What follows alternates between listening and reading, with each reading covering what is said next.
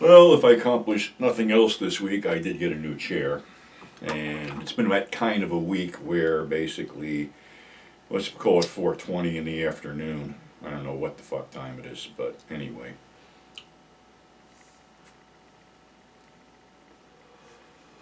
It's like they say, pot will get you through times of no money more than money will get you through times of no pot. And we're going to have a whole pot episode down the road, I think. I think it's worthy that we have a pot episode. But be that as it may,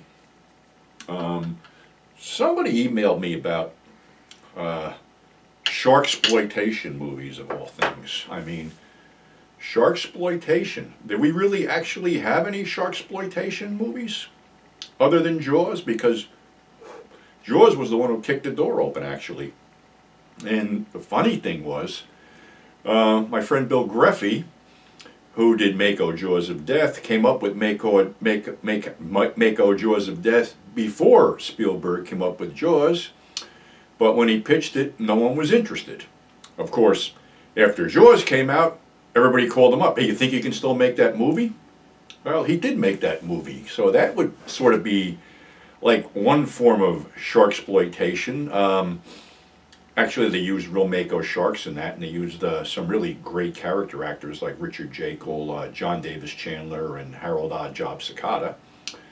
But other than that, it was like, okay, I think Film Ventures released Great White, but then Universal sued and that was gone. Then there was another Last Shark. I'm trying to think if that was the one where it looks like the climax was filmed in the bottom of some kid's fishbowl with a plastic shark in a submarine or something. Actually, the whole shark thing only started with DVD. I mean, you've had just about every fucking conceivable shark thing done. I mean, come on. The Sharknado, what is it, 1 to 2024? You had Shark Attack, Two-Headed Shark Attack, Three-Headed Shark Attack, Sharktopus, Snow Shark, Sand Shark, Sharkensaw Prison Massacre or something like that. I mean, is there one shark thing that we haven't done? Actually, there is. And leave it to me to come up with this. Sharkgina. Half shark, half vagina, all C-U-N-T. Starring Clitoris Creechman, Mike Twat, Linnea Volva, and Clit Westwood as Sheriff Boner. Produced by Stefan Spielberg and directed by Fenton Squarantino. That would be my contribution to the shark fucking genre or whatever. I don't know. It's ridiculous. You know, when they have the land shark from Saturday Night Live walking around, or did they ever make a shark man, half shark? I don't know. Fuck the sharks. But, you know, there's been some saber rattling with the Ukraine thing that now Russia is basically threatening a nuclear war.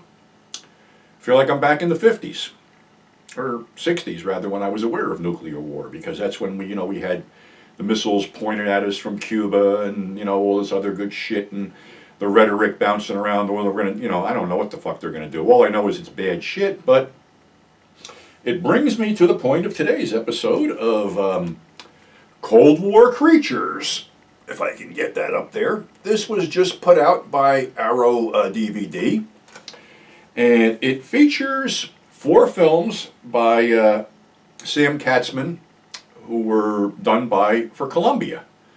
And there's some commentary on these. My friend Steve Bissett does the commentary on, let me see, where did he do the one on? Okay, Creature with the Atom Brain. He does some commentary on that.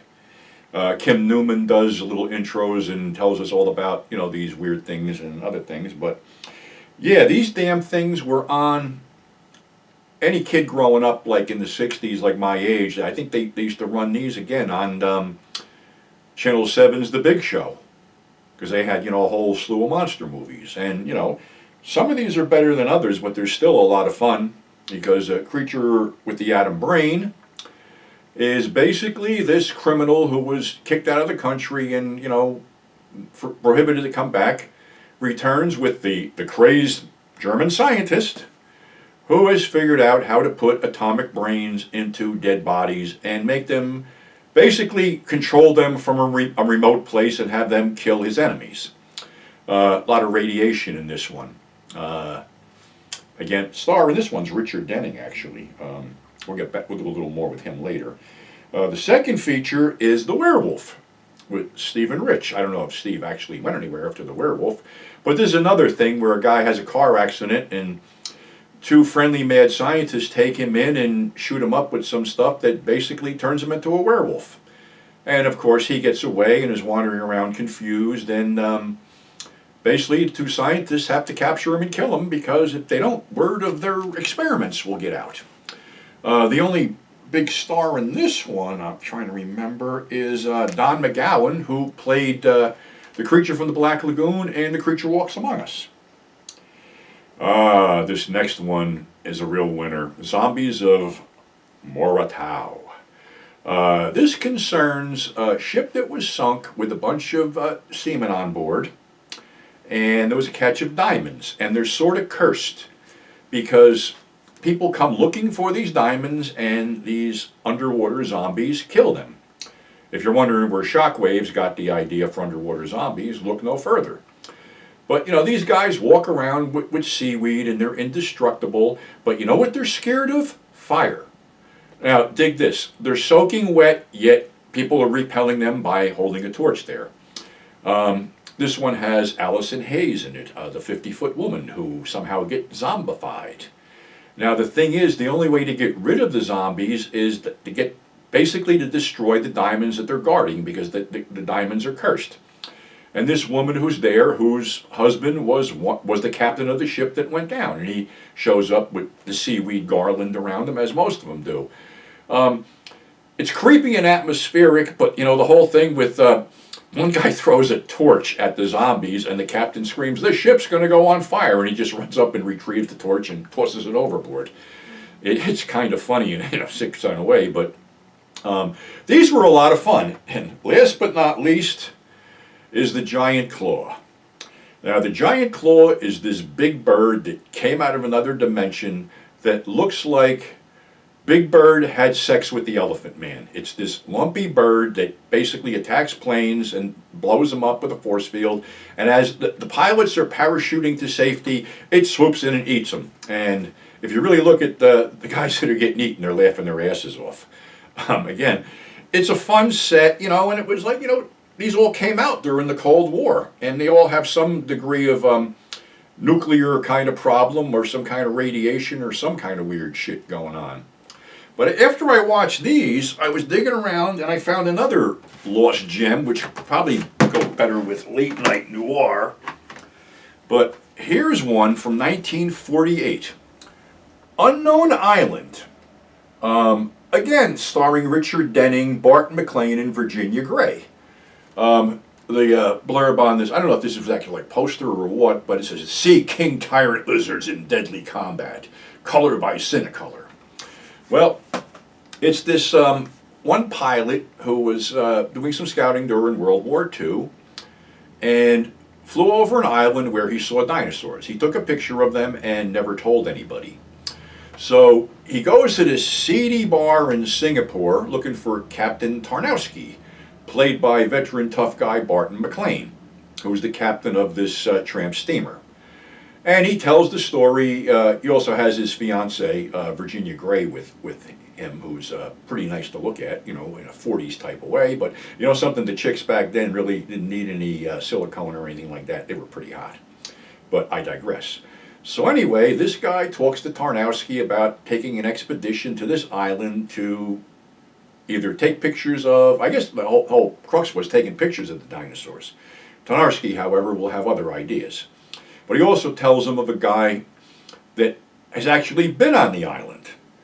And the guy, they found him in a lifeboat. He was shell-shocked, and he's been drunk ever since. And he's at the bar, and they go get him, and it's Richard Denning. And Richard Denning, I've seen play drunks with a lot of conviction in other films, like Shibaro. So anyway, they try to get him to come back to the island, and of course he freaks out, and there's no way. He said he'd blow his brains out, but Tarnowski has his first mate slip a Mickey, and they get on board. Well, the crew made up of these Southie Islanders that, I don't know what they were calling them, they're guys have knives. They're not too happy about the situation because they know they're going into uncharted waters and an island that's basically cursed.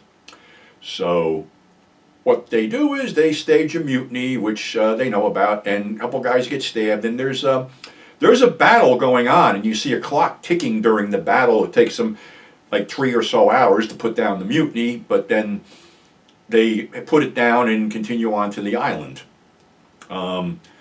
They get on the island and, of course, see men in a suit dinosaurs. And one other dinosaur, they have some stock shots, I don't know, brontosauruses in the background in a lake somewhere, which they didn't do a close-up on, thank God, because it would look cheesy as shit. I mean, I'm not knocking the film, but, you know, the effects are dated right now, but the film is pretty solid. So, anyway, the big boogeyman on this island is this sloth. And it's not really a sloth, it's basically an ape, or a guy in an ape suit with this really frightening head they put on it. Not an ape head, it protrudes out like a canine type thing. It has huge fangs and snarls and shit like that, and the guy in the suit is Ray Crash Corrigan. This seems to be the thing that helped wipe out the guy's pals when he was stranded on the island. So that's the one they warn everybody about. So there's one scene basically where there's a bunch of these dinosaurs in this area, and they're trying to film these dinosaurs, and there's bones all over the place, and the dinosaurs start wandering toward the camera people, which leads Tarnowski and True to start throwing grenades and shooting him and stuff like that, and one of the creatures actually keels over. Well, the backstory is that the guy in the monster suit had heat exhaustion, keeled over, and actually died in the friggin' suit.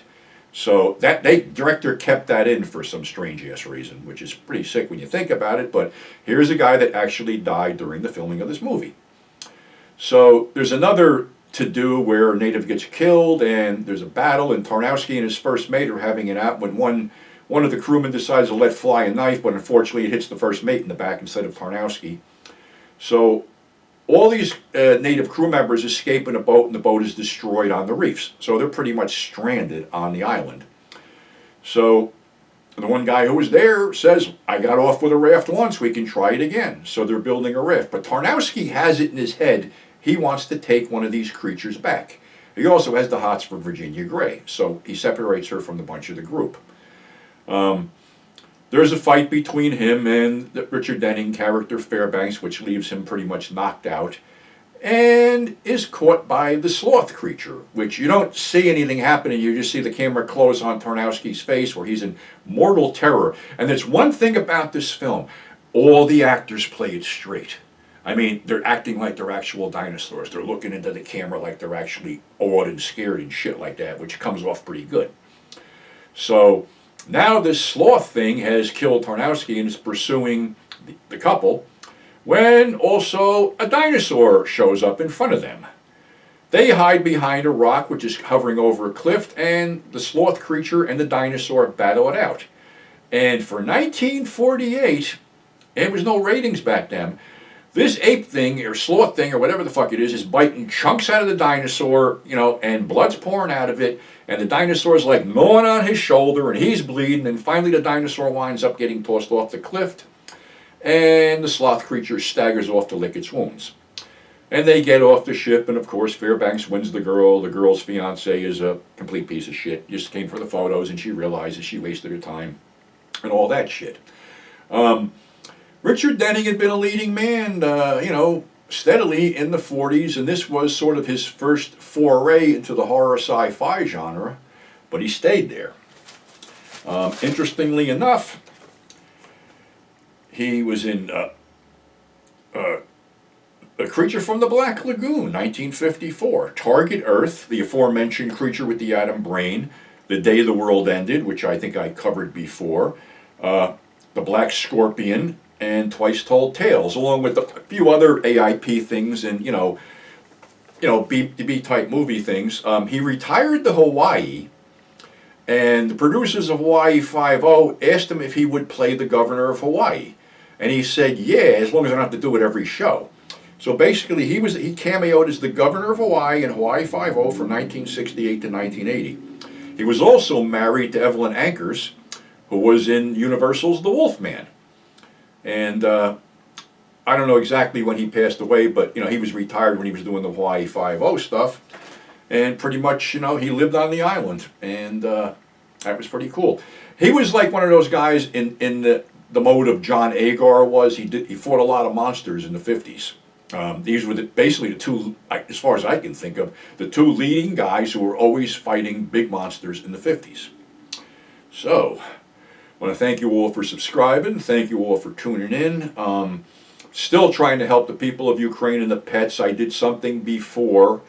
Basically, I don't have it in front of me, but, last issue of Grindhouse Purgatory, the first volume, the Something Weird Blue Book, which signifies the first and last thing I have done. I don't think it's going to be the last thing I've done. I hope it ain't going to be the last thing I've done, but who knows.